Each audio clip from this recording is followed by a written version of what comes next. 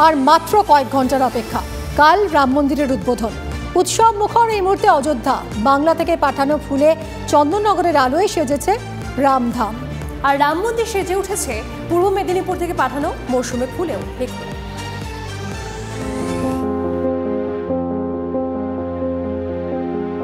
বহু প্রতীক্ষিত রাম মন্দিরের উদ্বোধন।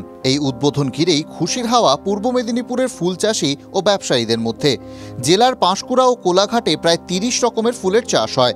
গুণগত মানের কারণে দেশ বিদেশে পাঁশকুড়ার চন্দ্রমল্লিকা গাঁদার যথেষ্ট খ্যাতি রয়েছে। এই জেলার থেকেই কয়েক কোটি টাকার ফুল গেছে অযোধ্যায়। নবনির্মিত রাম মন্দির সেজে উঠেছে পূর্ব মেদিনীপুর জেলার ফুলে। মন্দির সাজিয়ে তোলা হচ্ছে গাঁদা ও চন্দ্রমল্লিকা ফুল দিয়ে।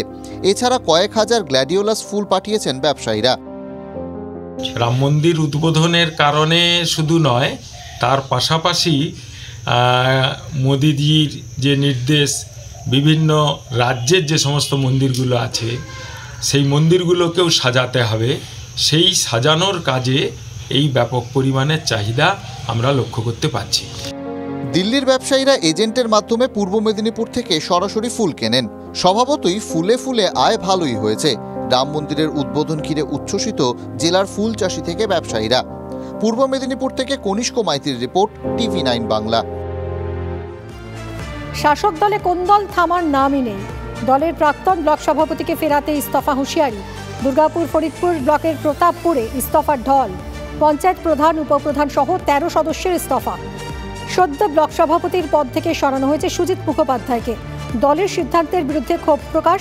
পাণ্ডবেশ্বরের বিধায়ক নরেন্দ্রনাথ চক্রবর্তীকে চিঠি লিখে ক্ষোভ প্রকাশ।